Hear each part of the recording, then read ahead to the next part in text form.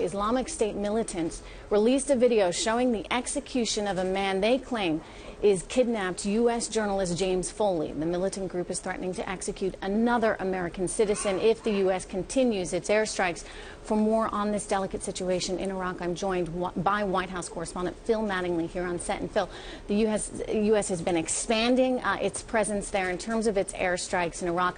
Will this affect anything that the U.S. decides to do over the next several days and weeks? No, in terms of this won't ratchet back anything. If anything, it will have the opposite effect. I think we haven't heard from President Obama yet. We had a statement from the White House yesterday saying that they were still trying to confirm that this video was authentic. I think the intelligence community is in the same boat right now, but it's pretty sure this is the real deal. It does think it is. And I think that's something you have to expect that you will hear from the president at some point soon once this is officially confirmed. If you go by what happened back in 2003 and 2004 in Iraq, where beheadings became an issue as well, this almost served to steel President George W. Bush. This was a pushback by the administration, almost kind of strengthening their resolve, more or less. What do we know about James Foley? Well, we know he was a kind of a frontline photographer. He was the epitome of the guy that told us all the stories that most of us are too afraid to go find.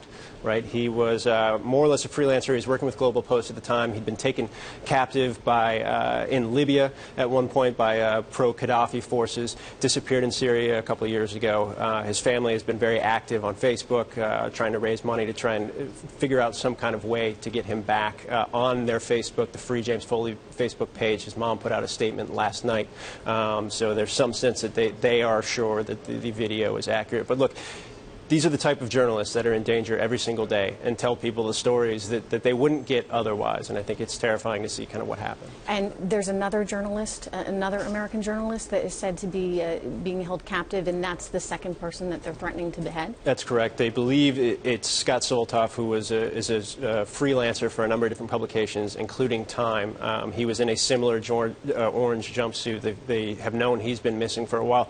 Trish, this also underscores there are a number of journalists missing in Syria. This is, if you look at the Society to Protect Journalists internationally, there's a half dozen to a dozen. And I think the concern right now on the U.S. official side, not only with Scott Soltoff perhaps being next, but that there are a number of journalists that have been detained, and this could be something we see more and more of in the weeks ahead. And it also sort of speaks to how barbaric and gruesome this can all be.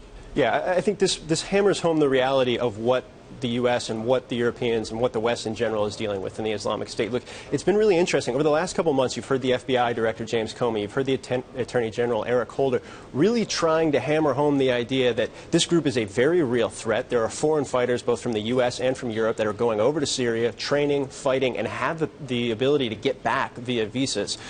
The U.S. population really hasn't paid that much attention to whether or not there's a domestic threat here. It'll be interesting to see if this kind of underscores that there is a very real threat out there, one that law enforcement and the intel community have been paying very close attention to the last couple months.